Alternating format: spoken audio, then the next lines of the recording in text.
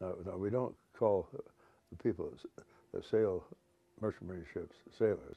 We call them mariners. I'm sure you've all read the famous poem, The Ancient Mariner. Well, that's what we are. We're the ancient mariners, or I am today. So. But anyway, so the captain was so concerned about it. He called me in. I was a staff officer, by the way, on the ship. And as staff officer, I had dealt with all the personnel situations and handled all the payroll and getting them signed on to the articles. This is an ancient tradition of the merchant marine. You sign for a voyage. Now, of course, in the wartime, it didn't really mean a lot because most of the time you just re-signed on, and every time you went back to home port, you'd sign on again for another voyage, you know, unless you're going on leave, of course. And so he said, Mr. Lowe, he said, I don't want these boys now to be going down the bars and the brothels and the places like that with these older men on the ship. He said, I want you to arrange tours for them. Well, by coincidence, when we had a new bunch of books brought aboard the ship at the last time we were in port, brought in by the Seaman Service, here was one of these books on travel Europe on $5 a day, you know, yeah, which was the thing back in the 30s and 40s, you know. It sounds ridiculous today, but that's the way you toured in those days. And so he said, I want you to arrange for these tours.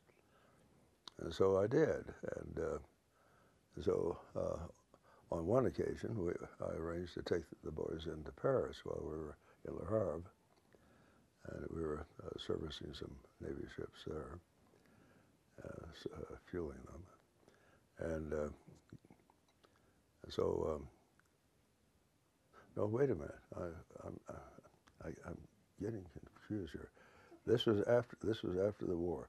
After the war, we did nothing but carry fuel oil, gasoline, and other related petroleum products to jumpstart the economy of Europe. So this is Le Havre. This is after the war. Okay. So anyway, he said, let me know how it goes. Well, I had some very interesting experiences, but on one of them, the captain decided to go along with us, and so here is a picture of our other officers. Here's again our communications officer. This is our Merchant Marine cadet from the United States Merchant Marine Academy. I'm sure you've heard about it at Kings Bay, New York. Interesting thing, but that's a whole new story. We'll talk about that another time. And this is the interloper that, of course, is interloping in all these pictures here. And this is at the famous. Well, it's not the Arc de Triomphe. This is the one outside the famous art museum there. Oh, the Louvre. Yeah. No, the Louvre. Yeah. So this is that's what that picture is there. So anyway,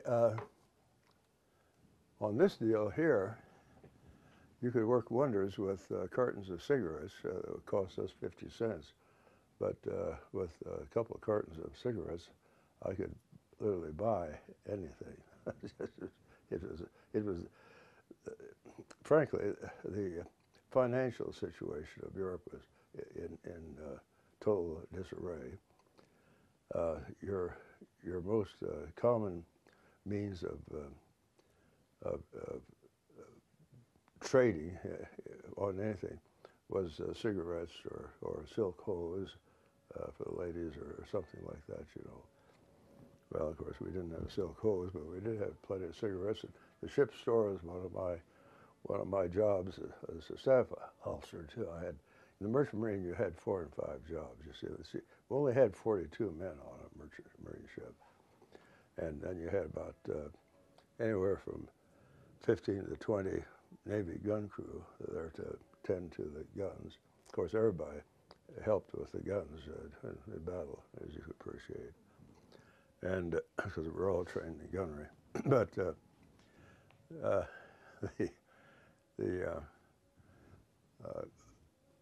I rented a fleet of taxi cabs with cigarette cartons of cigarettes, and we toured parts of the Netherlands. Went to Den Haag, the capital, Hague, you know. Went, no, we just traveled all over the country. One of the most beautiful events was on that trip. We stopped at a little village, and there was a nice-looking restaurant. So I figured, well, we'll just stop here for lunch.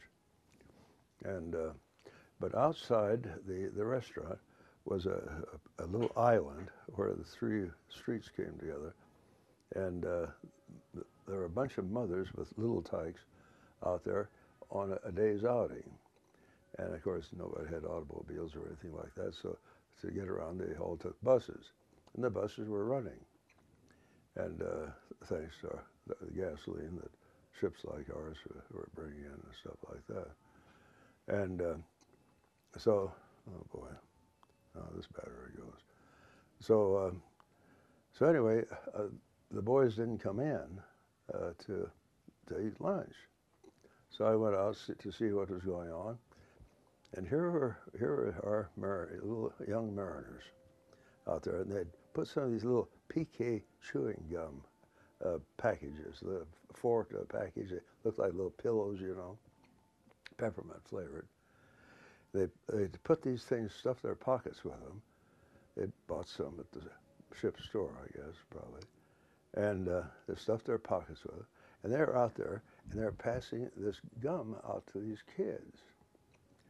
Well, of course, naturally, they'd never seen chewing gum before.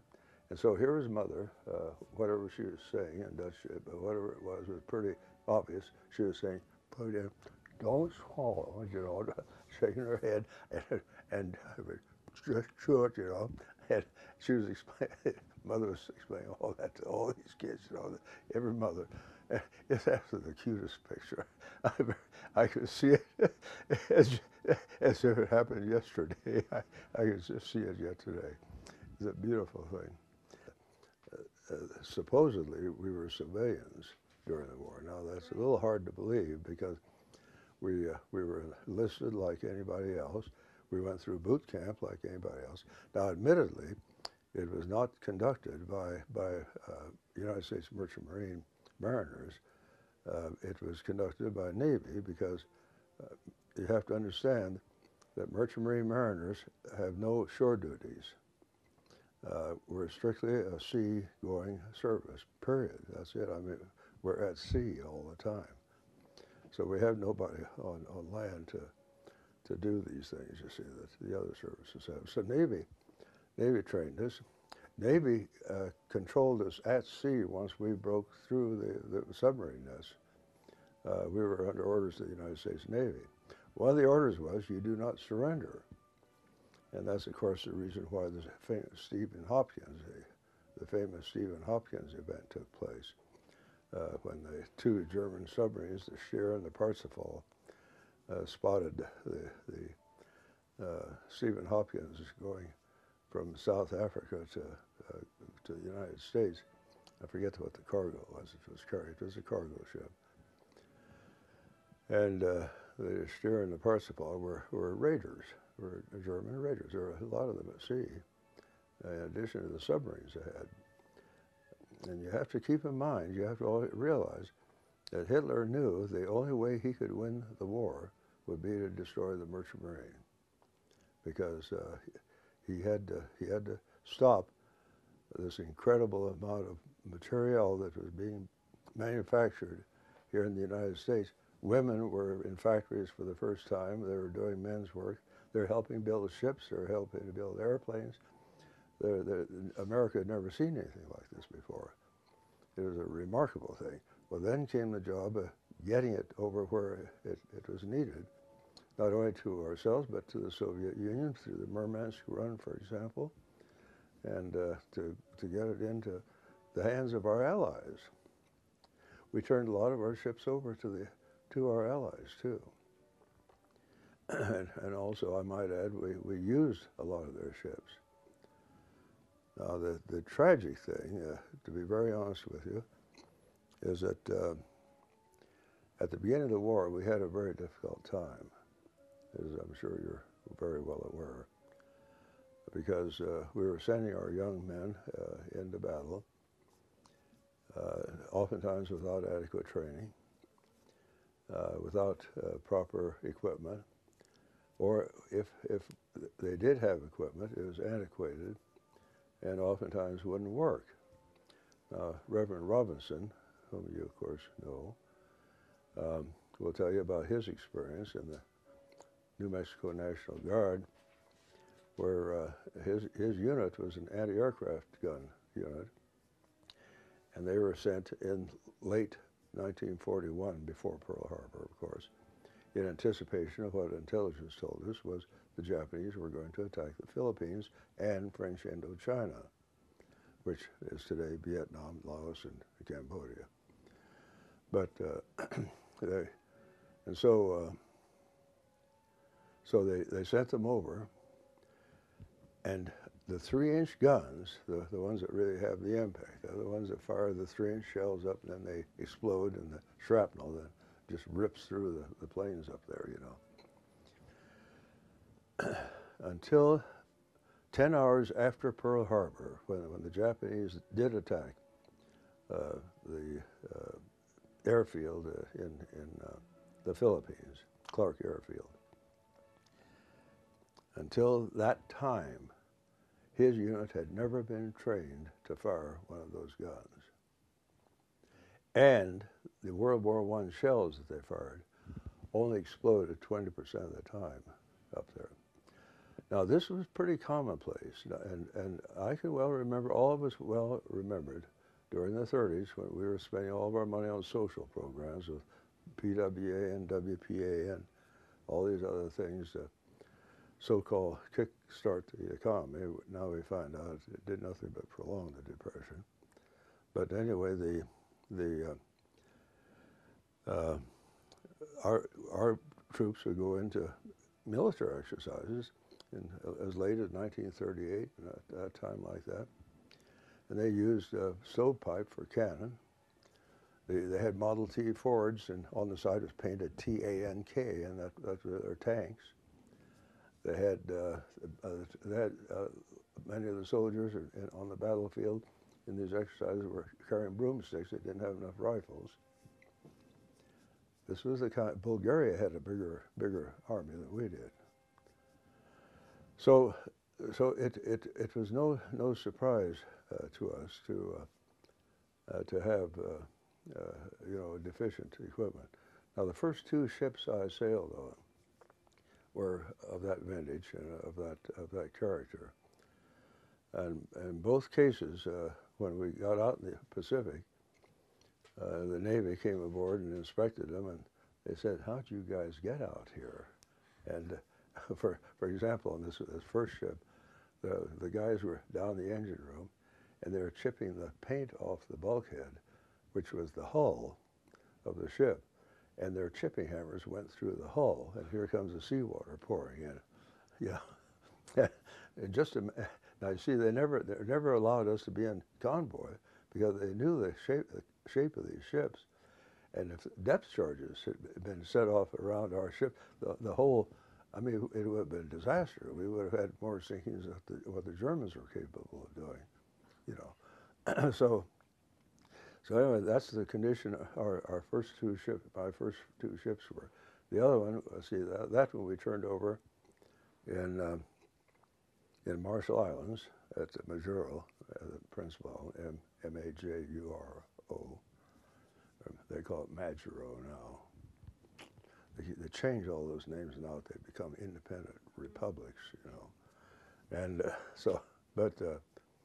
and the other one we turned over, or we abandoned in Australia. And in both cases, we were repatriated to the United States. Anyway, we went out, as I said, we were never allowed to be in a sailing convoy because we were too slow.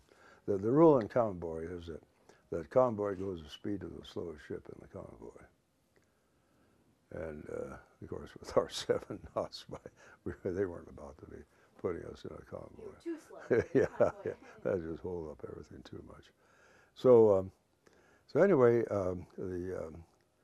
so that meant that when we did sail, we had zigzag, had run a zigzag course all the time. We never got to sail a straight course. Was that to protect yourself from attack, or? Yeah, the idea being by zigzagging, the submarines couldn't get a straight shot at you. You see, and you didn't do it on a regular basis. You were sort of erratic about it, you know, so that they could never anticipate. Right. Not predictable. Yeah. And so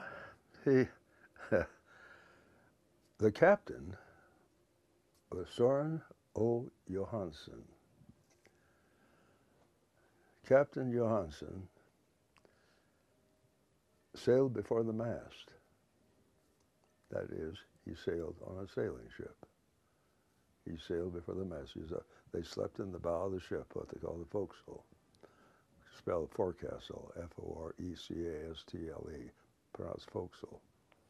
All the crew slept up there. The officers slept astern. And but he was 14 years old when he went to sea, in Norway, of course. And but he was a master navigator. We sailed for, I think it was 17 days without being able to get a sighting on a star to fix our location.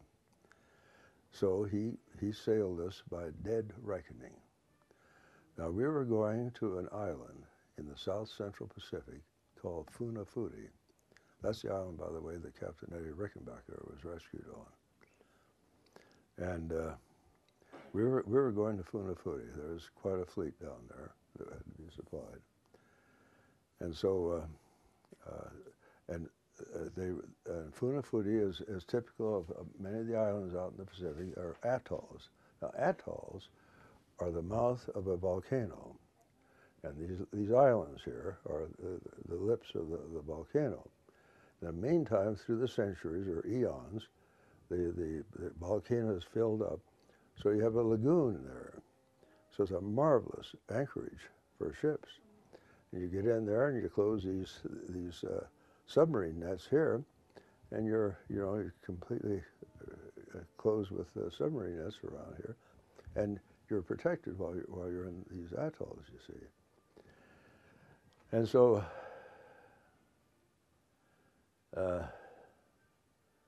so anyway,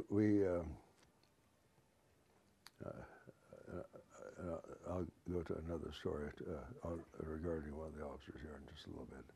So, wouldn't you know, after sailing for 17 days, we arrived in the evening.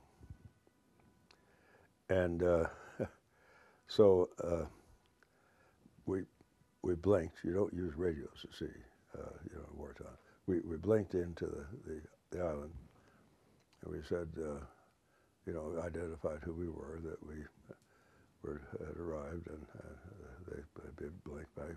We expected you, and so they then blinked. We'll open the nets and come on in. Well, that was all right, except for one thing, and that is reports had it that 70 miles away on another island, the Japanese were located. And although the captain had a great deal of confidence in his navigational skills, in our business in wartime, you don't take chances. Chances are oftentimes fatal. And so we blinked back. No, we prefer to remain out, and we'll just circle around. And we did. We just all night long just circled around. Morning, at the break of daylight, all of a sudden, here came two torpedo boats out, blinking the code, you know, and we're responding to them, saying, "Your code is not consistent with our code. Please check your code." And they blink back, "Our code is correct." So we said, and we blinked back, "No, it isn't. We went to battle stations. Because we thought that we had been trapped here. We did have a ambush here, the situation." And so, but because it wasn't working, both the torpedo boats simultaneously ran up the American flag, shooting by with that flag fluttering. I don't think I've ever seen the American flag so beautiful, and I've never forgotten it. Every time we do the Pledge of Allegiance, or every time we have an occasion to have a flag ceremony of any kind, I still see those torpedo boats with those flags.